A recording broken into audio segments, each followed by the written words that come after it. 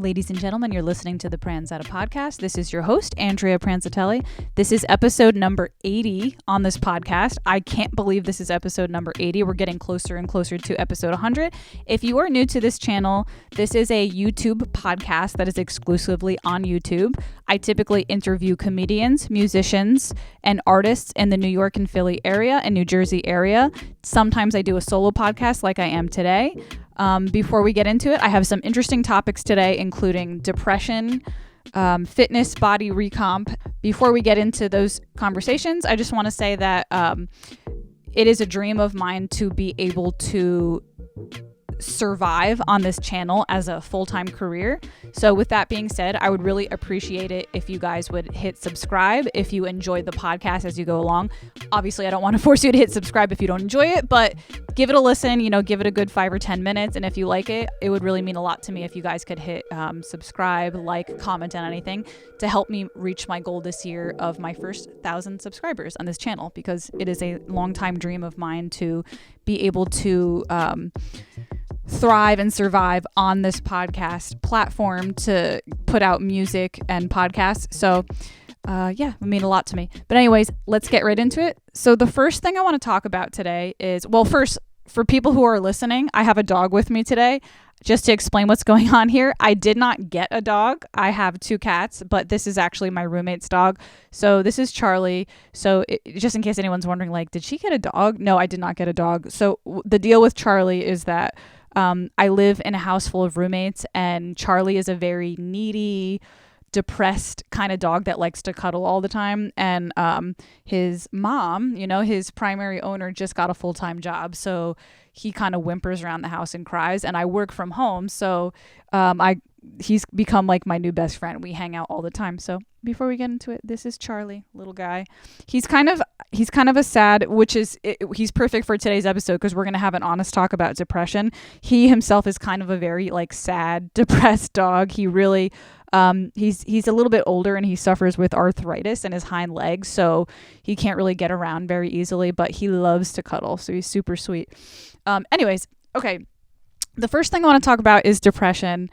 I want to have an open and honest conversation about a depression that I just came out of myself, which is really difficult for me to talk about. So some of you who have been listening for a while may have noticed that I haven't put out a solo podcast in a long time. And that is because, I did have a couple guests booked, and most of those guests were virtual. A lot of that was because of my depression. I didn't have the energy to really see people in person. And before we even talk further about it, let me make it clear when exactly this depression happened, so the timeline will kind of make sense. I was in the thick of it.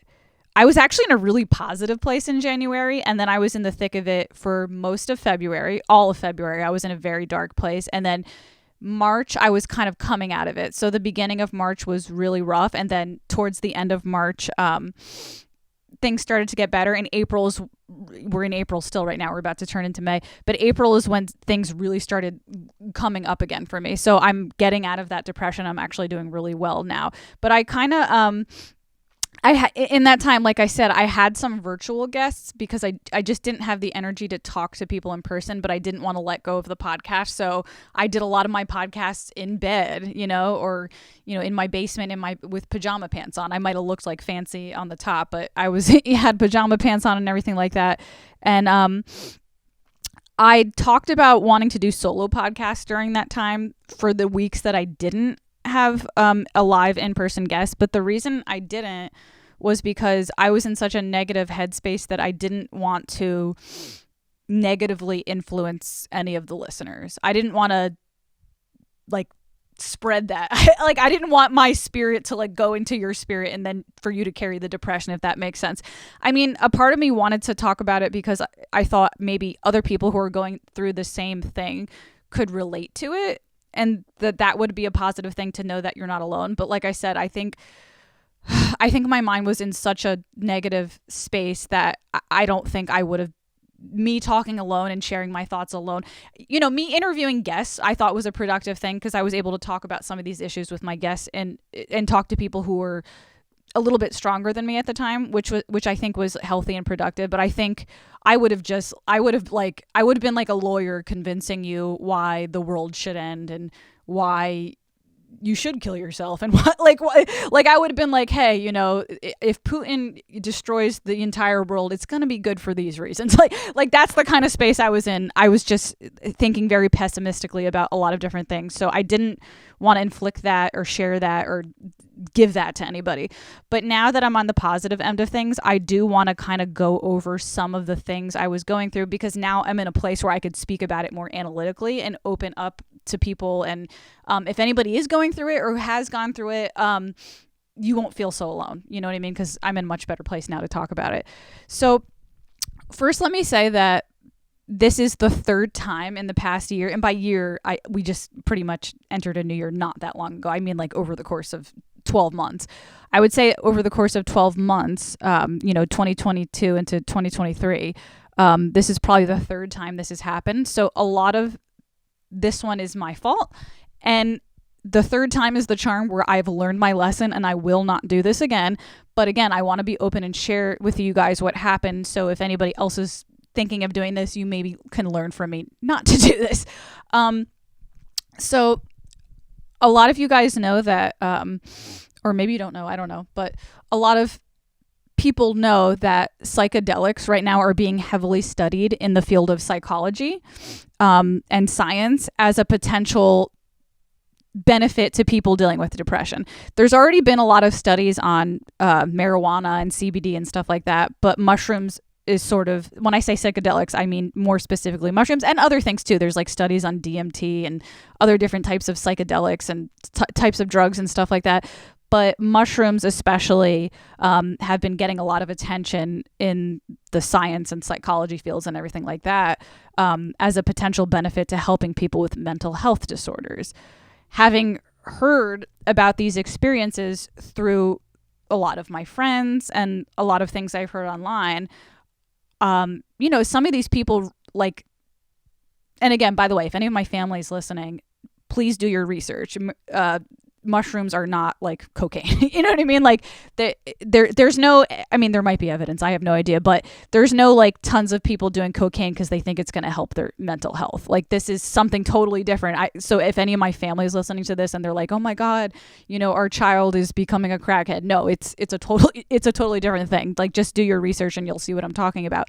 But like a lot of reports I heard were that people who did mushrooms were able to get to the root of things that had been bothering them their whole lives. Like a lot of people reported that certain psychedelics were like a fast track to resolving deep traumas and stuff like that. And I'm like, I need that. I would like that. You know what I mean? Because I've been putting in a lot of work into my mental health for years and years and years. And I feel like there's still a lot of things that I haven't been able to resolve or figure out, So it seemed like if that was helping other people, I really wanted to give that a try myself. So about a year and a half ago, I did try it with one of my friends. And what ended up happening was that I didn't have any reaction because my antidepressants, which is Zoloft, was interacting with the mushrooms. So apparently for some people, if you take mushrooms while you're on antidepressants, they counteract each other because they're both dealing with serotonin, and because they're both doing the same thing and you're already on a drug that's, interfering with your serotonin levels, a lot of the times, you don't feel any effects from the mushrooms. So, backtrack, and why I'm even explaining this isn't where this is all going, is that I had decided I wanted to go off of my antidepressants so that I could try mushrooms and feel its full effects. And then I figured if it helped me, that could be something else I could do instead of antidepressants to deal with my mental health problems. And I figured if it didn't work, I would just go back on my antidepressants. The problem is going off antidepressants is no walk in the park. It's very serious. And the first 2 times I tried it, I had very severe mental health relapses. Why would I even bother to do it again after the first 2 times? The reason you think I would learn my lesson by the first 2 times. But the reason I decided to do it again and why I decided to give it a shot the third time is that the first 2 times that I did it, I didn't, well, first of all, I think I kind of rushed the process. Like I didn't wean off. I did wean off slowly, but not as slow as I could have. You know what I mean? Like I feel like I could have taken even more time to wean off. So I thought maybe I had just made some errors the first 2 times. So the third time I was like, all right, I'm going to wean off this very slowly. I mean, you know what I mean? I'm going to take I'm going to reduce a quarter of my pill and do that for a month, and then reduce a quarter of pill and do that a month. And then when I finally get down to a quarter, take that quarter every 2 weeks. You know what I mean? Like I was like very meticulous about it. And not only that, but the first 2 times that I went off, when I started having withdrawal symptoms, and some of those were very severe, I was only able to handle it for 2 weeks. So this time around, I figured, okay, maybe I just didn't wait long enough. Like, you know what I mean? Maybe I needed to wait a little bit longer for those withdrawal symptoms to disappear, and then I would finally make it through on the other side. So this was my third time trying this, and I was like very determined that I was going to do it this time. I was like, all right, I want to get off my antidepressants. Also keep in mind that I'm in intensive therapy right now. So I figured, which again, in hindsight, maybe this was a mistake. I thought that since I was in therapy, I was in a healthy place to be able to go off and my therapist, by the way, like understood what I was doing. And she was like, as long as it's controlled and you're in therapy, I think you'll be okay. Like she was on board with everything. I didn't tell her that I was doing it to try mushrooms. She wasn't necessarily on board with that, but she was on board with me about slowly weaning off. And she thought if it's something I wanted, to give it a try. You know what I mean? I did everything the right way. I went off very slowly, and I gave it like a good 2 months of being off to see if some of those symptoms would wean off, and they just got worse and worse and worse. And I finally realized that I think I just belong on I learned my lesson that I think I just belong on antidepressants for a long time. Possibly forever. You know what I mean? So that's a whole nother thing. One thing that gave me kind of like hope, or I don't even know if hope's the right word. One thing that gave me security in my decision to be on my antidepressants for a long time is because at the time I was watching a lot of Jordan Peterson's videos to help me deal with some of my negative thoughts, because he's a psychologist. And by the way, side note about that, I've put some videos out about why I like him so much over the past couple months, and I had some negative criticism personally from my friends about how much they hate him because seems to lean mostly conservative. I just want to remind everybody that he's not just a political figure. You know what I mean? Like a lot of people focus on his political views. I like him because he's a brilliant psychologist. That's why I like him. I don't necessarily agree with everything he says politically. He says some things about climate change that I agree with are like a little bit off, or off as far as I know, because who the hell knows the truth about anything? You know what I mean? But he says some things about, global warming that I don't agree with, climate change. He says some things about gender roles that I don't necessarily agree with, but people forget sometimes that he is a psychologist, and I think his lectures on psychology are brilliant. I really do. And they've helped me find a lot of purpose, and they've helped me get through depressions. But anyway, so that's just like a side tangent. Where I was going at with that is that in one of his videos, and I never knew this about him, in one of his videos, and you can look this up yourself, by the way, he talked about how he started going on antidepressants, and he's convinced that the way he personally described it was that once he went on these antidepressants, it was like muscles in his body untensed. I don't know if that's a word, untensed, but you know what I mean? They were like tensing. He said he was able to relax muscles in his body that he hadn't relaxed for like 15 years. And he said he was 100% convinced that he would be on these antidepressants for the rest of his life. And for some reason, hearing him say that, because I look up to him and I look up to him as a figure of finding purpose in life, you know what I mean? I was like, well, if somebody who I view so strong feels stuck on medication for their entire life, then maybe it's not that bad. You know what I mean? Maybe some people just need to be on it, So that kind of gave me the strength to have the purpose isn't the right word. That kind of gave me the strength to have the courage, I guess you could say, or the confidence to go back on and not feel like I was weak. You know what I mean? Like, I didn't feel like I was so weak for going back on because somebody I looked up to so much was going on it for a long time. I don't know if he's still on it, but he's been on it for a long time is the point I'm trying to make, before, Anyways, I do want to talk about some of the dark thoughts I had during that depression. I do want to open up about that because, again, it's almost like a journal or like a diary for me in some ways to kind of get these thoughts out there into the world, for two reasons. One, it's like I get them off my chest. Sorry about that. But two, I feel like in case anybody else has also had these thoughts, like, maybe you can realize you're not crazy for having these thoughts. I mean, unless maybe I'm just crazy and no one else has had these thoughts, but for some reason, I don't think that's the case. The first thing I want to say is that when this depression, when the medication started wearing off, when I went off of it and the depression started kicking in, one of the main things I noticed is that I felt a lot more nihilistic about everything. And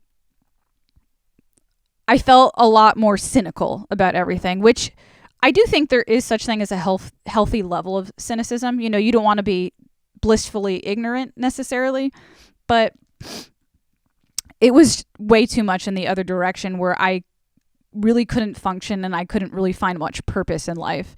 And I'm trying my best to put this in words. This is really hard to describe to people, and I've tried to describe it to some people and family members, and I felt like I couldn't really get the words out. So I'm really trying my best to articulate what I was feeling. But I guess, okay. Probably one of the biggest things I was feeling was that the fear or anxiety that there's no such thing as truth or meaning in life. And for example, when you think about any issue that people are divided on, whether that be religion, whether that be politics, just to simplify the conversation, let's just pick an issue because I feel like I could explain myself better that way. Okay, in the issue of abortion, for example, you know what I mean? With the issue of abortion, there's a very large division between people. Some people believe that you're killing a life, and killing a life is murder. You know what I mean? And then there's a whole nother group of people that believe that you're taking away the rights of women by promoting this law of making abortion illegal. You're taking away the rights of women, and that's terrible. And both of these people are very divided and very split on these issues, and they both believe them. Like, they both, no matter which side of the spectrum, if you're passionate about either side of this spectrum, the passion is really there, and you really believe these things, and you live and you act in a way that support these beliefs. So, by the way, this isn't a conversation about abortion. This is just a conversation about, like, getting back to the idea of truth and what is truth. The point I'm trying to get at is, if two people believe in polar opposite things, and they are both so true to both of those people, then, and again, I'm not saying this is true necessarily, but these are the thoughts I had when I was depressed. Then in theory, can't you just decide what's true? Like, can't you just pick a side and then have that be your truth and have that be the way you live your life? And what I'm trying to say by this is that if you can just choose what is true to you, then does truth even exist? Like, this is so hard to articulate, and I feel if anybody understands, if anybody's like riding my wave and gets what I'm saying and feels like, oh my God, I know what she's saying, let me type it or like give it better words, because I'm not the greatest at explaining these things. If anybody knows what I'm talking about, please type it below, but I'm going to continue to try to articulate this right now. if so many different possible truths exist, like if so many different religions exist, if so many different perspectives exist, and you can just decide which one to pick and live your life that way, then doesn't that mean that life itself is all a lie? Like life itself is all a fantasy. Like nobody really knows what's going on. You know what I mean? And there is no such thing as truth. I'm not saying that that's the case. I'm just saying that those are the thoughts I had when I was depressed. And here's another perspective, is that some people I talked to during this time, like my boyfriend and my father to a degree, some people find great comfort in the idea of there being no meaning of life. Like some people find that to be incredibly comforting, to know that you can create your own meaning. Excuse me, I'm just getting over a sickness right now. Some people find incredible freedom and incredible relaxation and like a sense of letting go of the idea of there not really being a meaning or truth, and the idea that you can create your own truth. For some reason, I'm not one of those people. Like you think, I kind of get like where they're coming from. Like I kind of get what they're saying. They're saying that wouldn't it be almost like, I think someone described it to me like this, like wouldn't you almost feel like you're in a prison if you felt like there was only one definition of life and that's what you had to follow? Wouldn't that feel like being in some sort of prison of some kind? Like you didn't really get to choose what was right or wrong. It just all existed. And some people think that would be more, that would create more suffering. You know what I mean? But I personally struggle with the idea of there not being some sort of meaning or truth to life. To me, that creates a lot of suffering and creates a lot of existential anxiety in my life, to the point where I can't find the meaning and purpose of anything. I'm just like, wait a second, if you can just decide what your life is, then what the fuck? Like what does any of it mean? You know what I mean? So I think that's kind of where the thoughts I was having kind of started. And then once I started thinking that way, I started just to become very pessimistic. Like, you know, they say there's like such thing as you look at life through rose-covered glasses. Like I did not have those rose-covered glasses about anything at this time. As a matter of fact, I had a very George Carlin, I guess you could say, aspect of life. Like, I don't know if anybody knows who the comedian George Carlin is, but he's a comedian who's notorious for just like hating everything, for finding why everything sucks and everything is stupid. I kind of had that mentality during this time, but without the funniness. Like it was just pure cynicism, pure depression. I couldn't really do anything or go anywhere without seeing why it was bullshit. Like for example, I would go to a yoga class. Like I was trying to get better. I was like doing things to try to get better. And I signed up for this yoga class, and I just remember going there thinking like, this is bullshit. Like, you know what I mean? Like the women there are like your energy is so vibrant. And like, I just remember thinking like, this is just a bunch of white women, you know, taking on an Indian tradition. Like this is a bunch of fucking bullshit. Like which there might be by the way, one thing I've learned coming out of this is that during depressions like this, there actually is a lot of insight, because some of these things are true. You know what I mean? But that doesn't necessarily mean you want to dwell into those negative mindsets for a long time. That's not a healthy way to live, because you can get yourself in a really dark place, in a dangerous place. You know, it got to a point where I was having suicidal thoughts, because like if you get to a place where everything is stupid and nothing means anything, and you just kind of have this very nihilistic perspective of life, you can't live like that. There's no way to live like that. You have to find something to live for. You know what I mean? And again, I'm very jealous of these people who accept that they don't know what the meaning of life is and they find comfort in that. I'm extremely jealous of that. I wish I had that perspective, but I'm just not one of those people. Like I feel like I need to find some type of meaning. One thing I want to talk about, and this is where things are going to get really, I guess I should say trigger warning. If you're somebody who is currently going through something or feels suicidal, maybe you shouldn't listen to this. But probably one of the worst thoughts I was having during this time was that, I don't even want to say the worst thoughts. It was just a thought that that came across my mind while I was trying to define the meaning of life.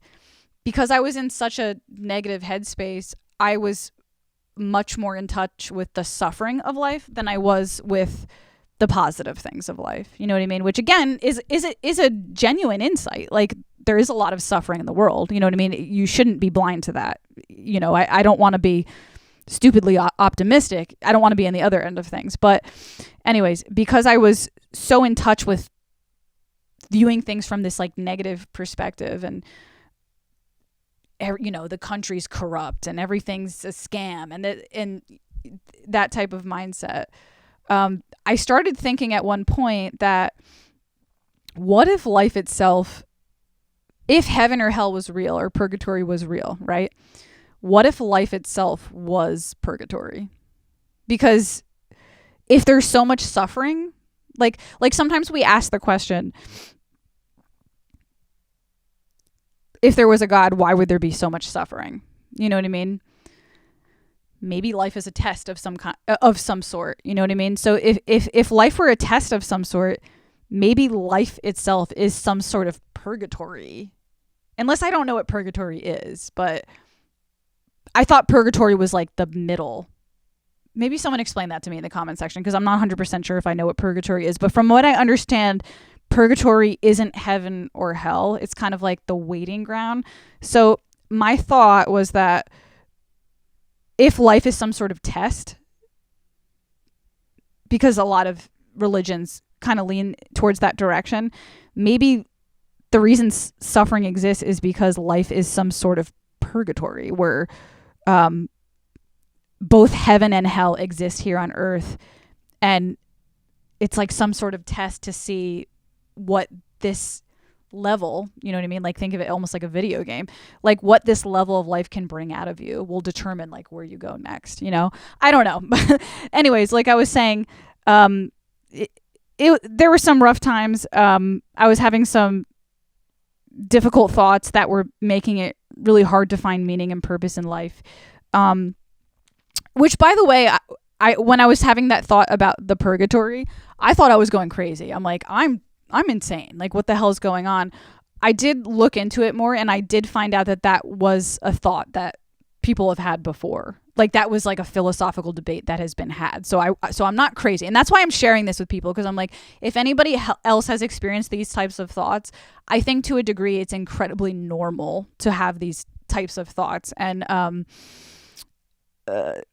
I felt a lot of comfort in being able to like go on the internet and find that I wasn't the only person who was like thinking about the purgatory thing. So I'm sort of, you know, if anybody else has been thinking like that, hopefully this helps you realize you're not crazy. You're not just going insane. There are some valid reasons to look at life from this perspective, depending on where you're at in life, you know? With that being said, I want to turn things around to a more positive direction. I finally got out of my depression, and I did so by going back on medication. So I'm back on medication, and by the way, the results, the change in my mood was almost instant. Like, it literally took a week like they say it takes like several months for your depression. And I mean, unless it was a placebo effect, I don't know. But I really don't think so, because I was in such a dark place. And once I went back on my medication, it really only took like a week to 2 weeks max to start feeling positive again and to start getting my life back together. So with that being said, we're going to transition into a more positive topic. Body recomposition and fitness. So one thing that has really helped me get my life back together is to start putting a lot of focus into working out again.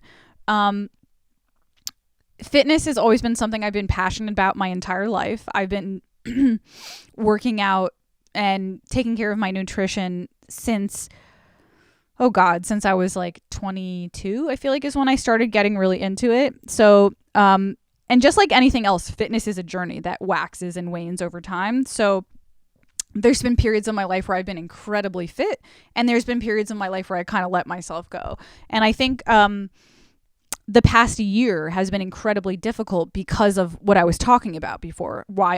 Because I kept trying to go off my medication, and I would be by the way, that's why I felt like it was okay to go off my medication, because I was on a roll with my fitness and I'm like, hey, I'm feeling great. Maybe I should try to go off my medication. So what would happen, I would be like on the way to really reaching that 4-month level of fitness, because I feel like it takes about 3 to 4 months to like really start seeing your fitness results kick in. I would be like in month 2 and I'd be like, hey, I'm doing so great. Maybe I can just go off my medication and rely on the fitness as an antidepressant. And it never worked. And what happened was I would get depressed and then I would lay in bed all day and just eat whatever I wanted. So it was like the whole past, like I would say 12-ish months, like the past year, I've been like getting on the way to like fit and then just like letting go, and then on the way to fit and letting go. So right now I'm back on it. And I feel like as long as I could just like stay on my medication and not do that again, I think I'm actually going to reach that point of fitness where my body actually really changes. You know what I mean? Like,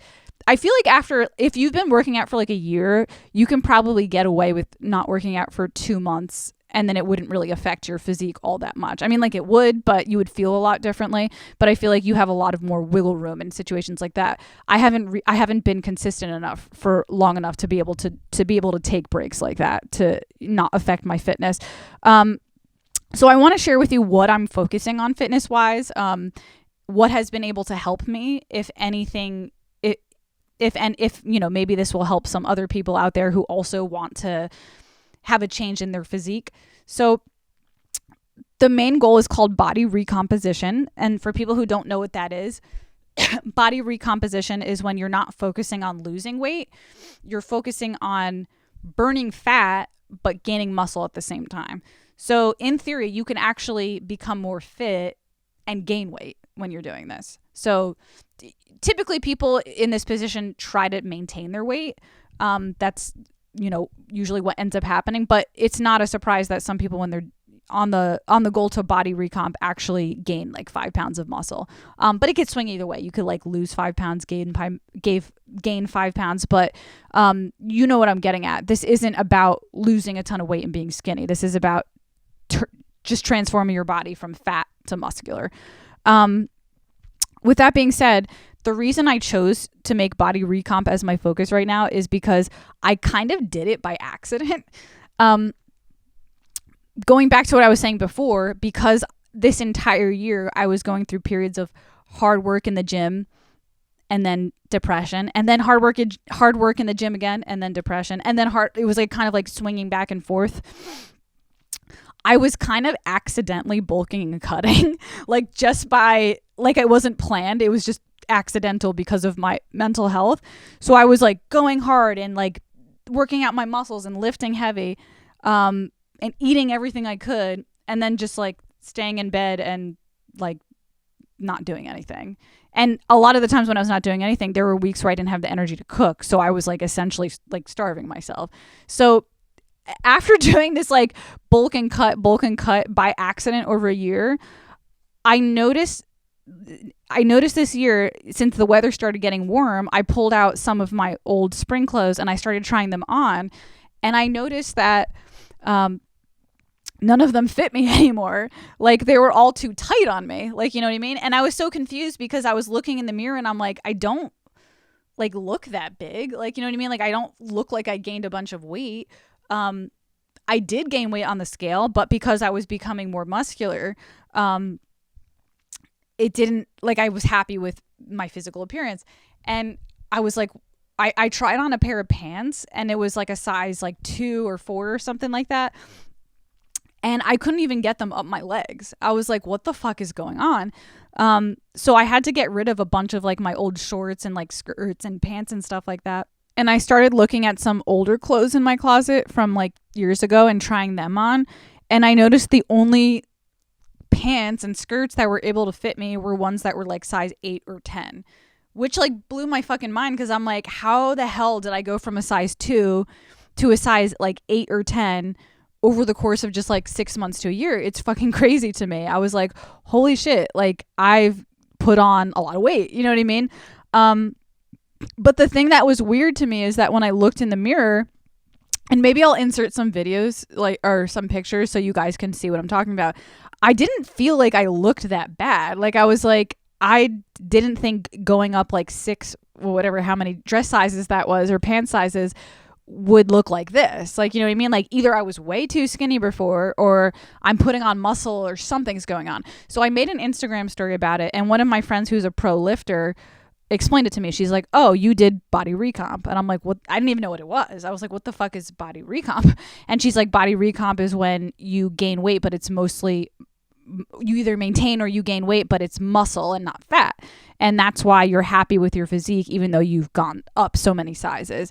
And I was like, oh, I didn't even know that was a thing. You know what I mean? So I started looking into it and I started doing my research, and I found out that that's like a whole nother avenue you could take with fitness. Is there's like, you know, there's different physiques as a woman or even a man that you can attain. Like there's like the thin, you know, yoga body type of physique. There's so many different possible fitness goals. Like not every, you can bulk up and be like a Hulk, or you can like really slim down and be really cut. There's so many different things you could do. You can have like more of a Pilates body where you have like, you're very strong, but you're like super thin and lean. But for me, I kind of, because I already started doing this accidentally, I was like, I've never really tried to do this before. Maybe I should just kind of like make this my new goal. And I'll explain why. One of the reasons why I wanted to make this my goal was because in the past, and I'd shared this on this channel before, I had struggled with an eating disorder, where my fitness goal was to be very thin. And I became so obsessed with it that I lost entirely too much weight. And maintaining a thin weight like that, like even if it's not even if it's not an eating disorder, like even if it's like 120 pounds or like 115, 20 pounds, because you can be a healthy woman at 115, 120 pounds, depending on what your frame is. So forget about the eating disorder, just like as a normal person. So, you know, this is relatable to anybody. You can be healthy at 115, 20 pounds. But what I found was that anytime I'd ever tried to attain that weight as my body goal, I was fucking hungry all the time. Like I was starving all the time. So it's like, are you really that healthy in that case if you're mentally unwell, or if you're grumpy all the time because you don't feel satisfied? So one of the reasons I really like this transition into body recomp is because you actually focus on eating more to build muscle, which I really like. Because I don't have to worry about being hungry. You know what I mean? With that being said, there are some negative ends of that as well, because now the other thing is, rather than being hungry, you now have to like focus on, are you eating enough? Like, so there'll be times of the day where you don't have time to eat and you're like, fuck, I got to go eat. You know what I mean? Which is, if I weigh out the pros and cons of that, I would much rather have that be the problem, where like I have to force myself to eat. Because being hungry all the time to attain a thin figure is just not fun. It's a miserable way to be. So that was one of the main reasons why I wanted to do this. So I wanted to share with you guys some tips I learned about how to body recomp, in case anybody else wants to do that for themselves, and whether you're a man or you're a woman or anything like that. So first of all, one thing I've learned, and that a big mistake I've made in the past and why I've had injuries in the past, is you're going to be focusing on lifting heavier weights in order to put on muscle. So for example, in the past when I would lift weights, I would find a weight, like, so for example, let's say I'm squatting, right? And let's say I'm squatting 80 pounds, whatever. I'm squatting 80 pounds. The way I used to do it when I was younger was like, when I wanted to be really thin, was I would find a weight like such as 80 pounds where I would be able to do 8 reps, and by the 9th or 10th rep, maybe sometimes the 12th, I would be exhausted. But the first like 8 reps would be easy. If you want to put on muscle, and again, this is like, there's debates about this, by the way. You can find different people who are into fitness, or, but I'm not a fitness coach, but I mean like people who do fitness or fitness coaches. You can find some people who disagree with this, but what I found was most of the research I've done about body recomp says that you want to focus on doing less reps with higher intensity. So it shouldn't be easy for the first 8. It should be pretty difficult for the first 5 or 6. And then you might not even get past 6, by the way. That's like another thing. It's not about doing 12 reps. It's about doing 6 to 8 really strong, heavy reps. And I found this has been working for me. I've been found that I've been putting on muscle easily when I pair that with eating more calories. So another thing, which by the way I like about this, is that I'm a very busy person. Like I do my podcast, I'm a musician, I'm a stand-up comedian. So I like the fact that I can do heavier weights now, because another aspect of that is that, and a mistake I made in the past, is you need more time to recover from lifting heavy, which means less time in the gym. So to me, that's kind of like a sweet deal, because rather than having to go to the gym every single day, you can do a very heavy workout and you can get away with doing it 3 days a week. That's, by the way, that's what I've been doing, and I've been putting on muscle. So I really like that aspect of things, is that when you do body recomp and you focus on muscle building, you don't necessarily have to spend as much time in the gym, because you're doing such heavy workouts that you have to give yourself a day or sometimes even 2 days to recover. So right now what I'm doing is like I have a schedule that's about, I do a lift 3 days a week. So I do a lift Monday, Wednesday, and Sunday.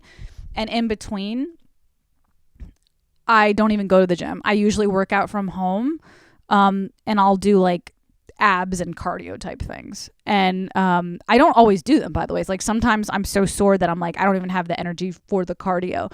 But I do find that the cardio is incredibly useful for burning the fat. Because again, remember, with body recomp, you're gaining muscle and burning fat at the same exact time. So I feel like the cardio, throwing a little bit of cardio here and there helps with that. But it's important to keep in mind that what I found in my research, it's important to keep in mind that when you do cardio, you don't want to focus on miles and miles of running. It actually helps to do interval training, which again is really conducive for my lifestyle because I'm very busy. So rather than running 5 miles or running 10 miles or, whatever runners do, I can do 5 long sprints, and that's actually enough for me to burn fat, because I'm so not used to cardio that's all it really takes for me to get my heart rate up. And I found that kind of sprinkling those things in between the weight lifts kind of helps with the fat loss. But again, I've read this a lot, and I found this a lot on fitness YouTubers, is that you don't want to do long distance running when you're doing this, is because you can actually end up eating up the muscle. If you kind of just like look at runners' bodies, like if you look at people who run marathons, that's probably not the physique you're going for. You know what I mean? You probably want more muscle. So I think doing long distance running isn't going to achieve that look. So if you look online at like long distance runners' bodies, you can see that. Let me think if I didn't write any of this down. I'm just kind of like going off the top of my head with this. So let me think if I missed anything. So we talked about heavier lifts. I did talk about a little bit about eating more. So I'm going to get into that, exactly what to eat. But before I get into it, let me think if I missed anything else too. So we talked about what types of workouts to do. We talked about why your training schedule. Okay. I think nutrition's the last thing then. Okay. I already said before that you don't want to undereat, because if you undereat, you're not going to be putting on the muscle. You're going to be burning too much fat and you're going to get really skinny. What you want to do is either maintain your weight. If you don't, you know what I mean? Like either you want to maintain your weight or you want to gain a little bit of muscle. So you want to eat more calories. So either you're going to, I find personally that, sorry, I'm like kind of like stuttering a little bit. It's because I didn't write any of this down. So I feel like I should have written this down, but I'll just tell you what I do. What I've been doing is I've been tracking my calories and putting everything in my phone, which, by the way, a lot of people think that's a pain in the ass, but I have a good argument for why I don't think that's a pain in the ass. I'm going to be on my phone all day, no matter what. Like I'm going to be scrolling things, looking at YouTube, looking at Instagram, whatever. So to me, if I'm going to be on my phone scrolling anyways, I think it's a lot better if I focus on something that's going to benefit me in the long run, as opposed to be meaningless, like meaningless, mindless scrolling. So for that reason, I actually think tracking your calories is a good thing and it's a fun thing. But anyways, what I've been doing is I've been tracking my calories, and I've been seeing exactly what my body weight, how many calories I need to intake and to maintain my body weight. And that way I can play around with that. So I find personally what's been working for me is kind of playing around with those numbers. And right now, this is, by the way, this is just for me. Like this isn't the standard. You kind of have to figure this out for yourself. But just to give you an example, I found that around 2,200 to 2,300 calories is where I maintain my weight, which means on heavy lifting days, I'll usually add some calories because I've kind of, I've worked it and I could. So if I do a heavy lift that day, usually on those days, I'll eat about 2,700 calories. And then on a normal day where I'm resting or just doing a little bit of cardio, I'll typically maintain, like I'll do like 2,200, 2,300 calories, whatever, like ballpark around that area. It doesn't have to be exact. Another thing that's been helping me a lot is not only focusing on how many calories I've been taking in, but also focusing on exactly what type of calories I'm putting in my body. So there is no one size diet that fits everybody else for this, but I'll share what I've been doing in case that, throw some ideas out for anybody in case anybody else wants to try things out. I don't like to follow a very strict imbalanced macro diet. So by macro diet, the three main macronutrients being fats, carbohydrates, and proteins. I don't do well on diets that are like mostly protein and zero carbs, or like mostly carbs and zero fat. Like I don't like that. I personally go for a full rounded approach. Lots of carbs, lots of fats, lots of proteins, where like if there was a pie, it was a perfect 1/3 each. Now, don't get me wrong. I'm not perfect about it. Like it's not always perfectly even throughout, but I really try to do my best to get everything fully balanced. I personally feel better doing that, especially like going back to what I said before, the focus of this type of fitness routine is not to lose weight, and which is another reason why like I don't like those types of diets, because those diets are focusing on losing weight and like being really lean. And I'm finding out for me that that's just not realistic for the long run to try to be a small number. It's a lot more effective for me to try to be as strong and satiated as possible. And nourished, So I really try my best to keep everything fully balanced with the macronutrients. What I find is that protein is hard to get. It's hard to get a whole lot of protein. With that being said, it's not hard to get because you could just eat a lot of meat and stuff like that. But what I'm saying is, once I started tracking my calories, I didn't realize how little protein I was eating in the past. You know what I mean? So being able to track my macronutrients and my calories in an app, and I use an app called Carb Manager, I think it's called. And I think the app is supposed to be for people who are trying to reduce their carbohydrate intake, but that's not why I use it. You don't have to use it for that reason. You can create any type of diet you want on there. Like initially the app was created for people who are trying to do like Atkins or keto or whatever to try to like reduce their carbs, but you can actually change the settings to whatever you want. I just prefer it because visually I found it more pleasing for some reason, and I found it more fun to use. I don't know. Hot take, I'm not a fan of the Nutrition Pal one. For some reason, I didn't think it was like easy to use, or I didn't like the way it looked. But the Carb Manager, I was a big fan of. I liked the way it looked and everything like that. But what I found after tracking my calories is that even though in the past I thought I was eating a lot of protein, I was actually eating a lot more fat. Like a lot of the meats I was eating were more fat than they were protein. Like certain fatty cuts of beef, or like ground beef, or hamburgers, or even certain kinds of pork, or even chicken, like depending on what type of chicken you're eating. I found that a lot of the meat I was eating was not as high in protein as I thought. So what I've been doing is I've been focusing on shifting the foods I eat, the types of meats that I eat, to have higher protein content. So lean steak, chicken breast, shrimp,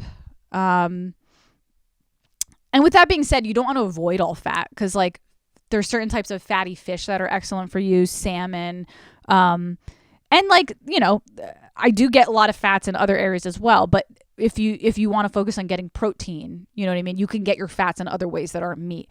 For example, you can get fats from avocados, from different dairy products. And there's also dairy products that have higher protein content, like cottage cheese. I think Greek yogurt has a lot of protein content in it. And there's even some carbohydrates I found that have protein content, like quinoa. And this works for vegans. You know what I mean? I'm pretty sure quinoa is one of the carbohydrates that tend to be a little bit higher in protein if you're eating a high carb diet. You know what I mean?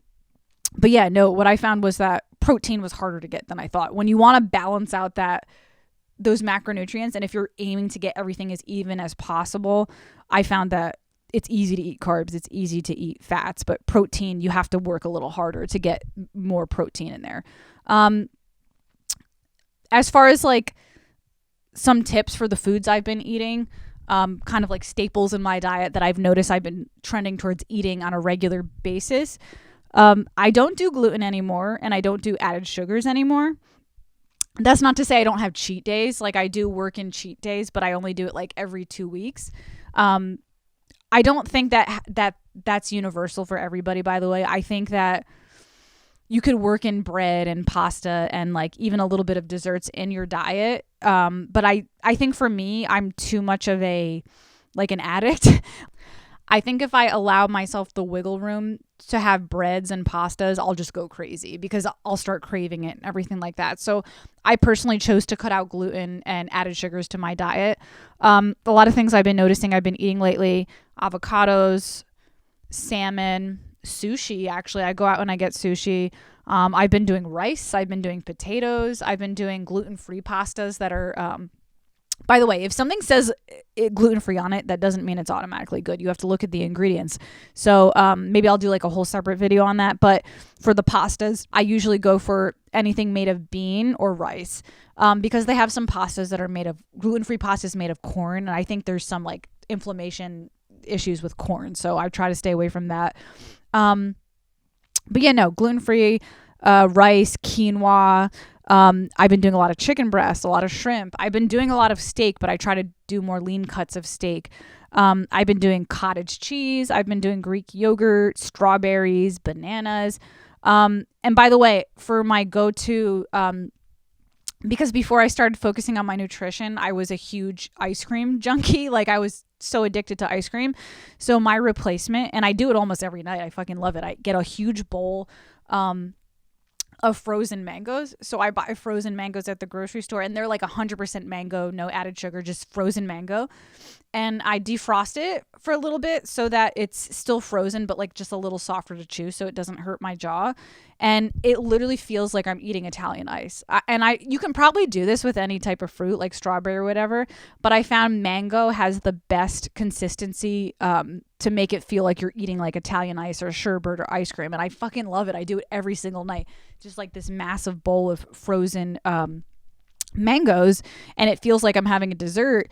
And again, going back to what I was saying before, because you can focus on eating more calories on this type of fitness plan, I can indulge. Like I can have those mangoes and not feel guilty about it because I'm actually feeding my muscles. You know what I mean? So I don't know. I hope that people were able to get something out of this because again, I'm not a nutrition expert or a coach by any means, but what I am is an obsessed person who like reads and researches a lot about this type of stuff. So I have been seeing results. It has been working for me. So I encourage you to do more of your own research and to experiment with your body and not listen to everything I said because I'm not a professional. But I hope that at the very least, I hope this inspired you to, make some nutrition and fitness changes in your life if you've had goals to do so. I will say this, I have been noticing a lot of positive benefits from focusing on this. For one, like I said, I am always satiated now. I'm not on like a diet where I have to starve myself. I always feel satisfied. Even with all the diet restrictions, by the way, because I don't think that I have a ton of diet restrictions. Like I cut out gluten, but there's so many awesome gluten substitutes now that I feel like I'm eating bread or pasta. And then I cut out the added sugars, but I don't know, you can get your natural sugars from a lot of different things. Like you can get it from honey or fruit or anything like that. So I personally, and like I said, the ice cream thing, I can do frozen mangoes. Like there's so many other things I could do, you know what I mean, to replace the things that I was enjoying before. So I don't feel psychologically or physically tortured. That's like one positive thing I've noticed. I've also noticed I've been a lot more energetic, a lot more focused. Weird, like this kind of unrelatable but relatable at the same time. My boyfriend and I were playing Crash Bandicoot the other night, the video game, because like, I don't know, we've been like doing that lately. We've been like at the end of a long day, we've been like sitting and playing video games together, and Crash Bandicoot is one that we both really enjoyed from childhood. So we bought it and on his Xbox, and we were in this really difficult level called I think it's called the Bridge to Nowhere. It's from Crash Bandicoot 1. And this level is fucking hard. And then he and I were like, what we do is we take turns. Like if one dies, we pass the controller. And then all of a sudden I was like, you know what? I want to beat this level. And I suddenly shifted my mindset where I was like, I'm going to beat this. And I was like super laser focused on it. And I didn't beat the level, but I got so much farther than I did before. Like I was on this like really focused stream of getting through the level when I had died like before that I died like 1/16 into the level. I was able to make it like 9/16 into the level, super focused. And I swear, like maybe this is just placebo or I could have done this before, but I swear to God, I was able to shift my mind and have that intense level of focus because I'm feeling better. Because I feel like in the past when stuff like that came up, when I had like a challenge that I thought was, and then this is a video game, so it's kind of silly, but seriously, whenever I would have a challenge presented to me in a way that felt like, oh, this is too hard, mentally I would just sort of give up. I'd be like, fuck this, I don't want to, like I would just play like I'd play the game lazy. Like I'd be like, oh, I can't beat this, and I just wouldn't be in it. But for some reason I was able to like laser focus and be like, no, I'm gonna beat this, and just kind of zone in. And I really swear to God, I think it's because I'm treating my body to so many different nutrients, and I'm working out regularly and feeling so much better. Another thing I noticed, and this is a little more shallow, but it is true, is that I'm getting treated differently by men at the gym. And keep in mind, I'm in a relationship, so it's not like a goal of mine to like look for a man. That's not what I'm saying. I'm just saying I notice it. So if you're somebody who, you know, is a single man or single woman and you're looking for somebody, your physical appearance makes a difference. And, you know, one could argue maybe that's not a good thing necessarily, but I do think it's more than your appearance. I think not only is it your appearance, but it's also your energy. I think like not only do I look better, but I think I just feel better. And I think that is like, that's radiating from me when I'm going out in public. I think when I was depressed, when I was in that, going back to what we were saying in the beginning of the video, when I was in that depressed state of mind, men didn't look at me at all. Like they, like, I mean, I shouldn't say at all, but not the way that I noticed the past few weeks. Like, I feel like now, like, people are like opening doors for me, or like, hey, can I help you with this? Like if I'm struggling with like picking up a weight or dealing with something at the gym, men are like, hey, I'll get that for you. You know what I mean? Which is just like interesting to me. It's like, huh, like the way you carry yourself and the way you feel really does impact the way people perceive you. You know what I mean? Which is crazy to me. So I just, you know, I wanted to throw that out there to anybody who wants to build confidence in any way. And again, it doesn't have to be seeking a partner, you know, because like I said, I'm in a relationship, but that affects me. Having that confidence or that ability to feel like secure in my skin affects me in other ways. Like it affects me on this podcast. It affects me musically on stage, comedy on stage. So I think it's important to take note of like when you're feeling and looking your best, because if you're feeling and looking your best and you're feeling confident, whatever else you're doing, I think you're going to shine in those areas, because you're not going to feel like down on yourself or like afraid that people are looking at you funny or stuff like that. You know what I mean? Yeah. Also, besides the fact that I'm on antidepressants, I do think that working out and taking care of my nutrition is also helping my mental health. It's not 100% doing it, because like I said, I am on antidepressants and that makes a huge difference in my life. But I do think that it's helping me sleep deeper. It's helping me deal with stress a lot more, because antidepressants aren't a cure-all, by the way. Like, I still get depressed on them. I still have anxiety on them. It just sort of brings it down to a level that's manageable. I've noticed a significant reduction with the antidepressants and the exercise combined. I feel a lot more positive. And it's almost crazy to think that a few months ago I was in such a negative space, because I feel like I'm in such a positive space right now with the aid of all these different tools and techniques like fitness, nutrition, medication, therapy, everything. Weather getting warmer, I'm sure that helps too. But anyways, I hope any of this was assistance to anybody. In the beginning of the podcast, when I talked about the depression stuff, that was really hard to talk about, but I kind of needed to get it off my chest, and I wanted to kind of know if I'm not alone, if anybody else has thought any of those things that I've thought about the purgatory or anything like that. And then as far as the nutrition and health end of things, I hope that I was able to help anybody who wants to get into a routine, or if someone's currently in a fitness or nutrition routine and they're kind of like stuck or struggling somewhere. I hope in a way I've sold you the Recomp life, because I personally think it's fantastic. Like, it's so much better than some of the dieting and exercise things I did before, for so many reasons, you know. But anyways, that's it. This is the Pranzata Podcast, episode number 80. I hope you guys enjoyed yourself. If you are new to here, please don't forget to hit like. Don't forget to hit subscribe. It is my goal to grow in this channel and to be able to thrive and make a living off of this channel. And I love doing it, and I'll do it for free, but it would be a dream come true if I could actually make it in this business. So if you could help me out and hit subscribe. And that's it, guys. I hope you enjoyed yourself. Have a nice day. Bye.